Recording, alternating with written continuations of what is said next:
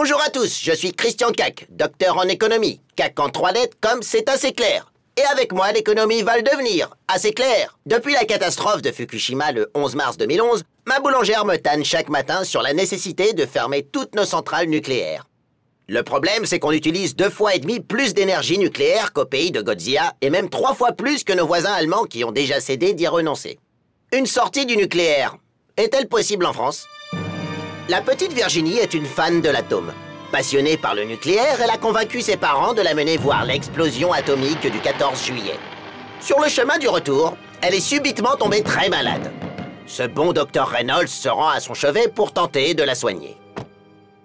Sortir du nucléaire. À quel prix? Comment te sens-tu, mon enfant? Assez mal, docteur Reynolds. 75% de l'énergie produite en France est d'origine nucléaire, alors que la moyenne mondiale est de 15%.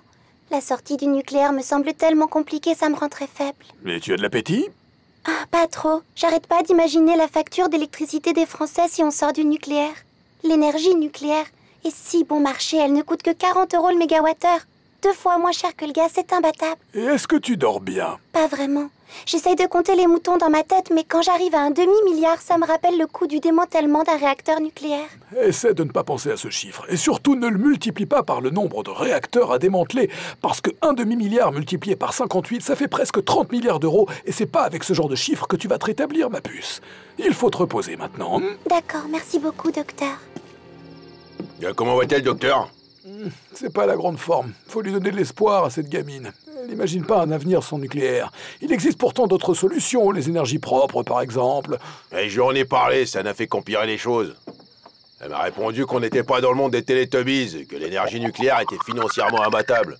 Elle est 2 fois moins chère que l'hydraulique, 4 fois moins chère que l'éolien et 15 fois plus économique que le photovoltaïque. Ma fille est possédée par le diable, docteur. Mais non, elle a juste besoin d'être raisonnée. Dites-lui que certaines de nos centrales sont vieilles. À l'heure actuelle, une dizaine de centrales françaises sont déjà en cours de démantèlement. C'est l'occasion de réfléchir à un changement de stratégie pour s'orienter vers des énergies propres, comme le solaire ou l'éolien. Ça ne servirait à rien.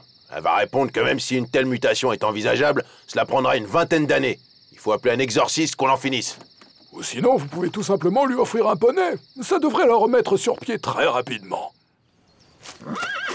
En fait, elle s'en foutait du nucléaire. C'était juste une technique pour avoir un fichu poney. Tous les moyens sont bons pour avoir un poney. Moi-même, je fais cette émission pour en payer un à ma fille. Je lui ai promis depuis qu'elle est toute gamine et je n'ai qu'une parole. La Cour des comptes, elle aussi, a une parole et elle vient de publier un rapport qui tend à démontrer que le coût de l'énergie nucléaire s'envole et que la tendance n'est pas près de s'inverser. Philippe Jambon, vous êtes super pote avec un gars de la Cour des comptes, vous confirmez? Absolument. Mon pote était persuadé que le nucléaire n'était pas cher. Il est furax. Selon lui, d'ici 2022, on aura 22 réacteurs sur 58 qui atteindront 40 ans de fonctionnement.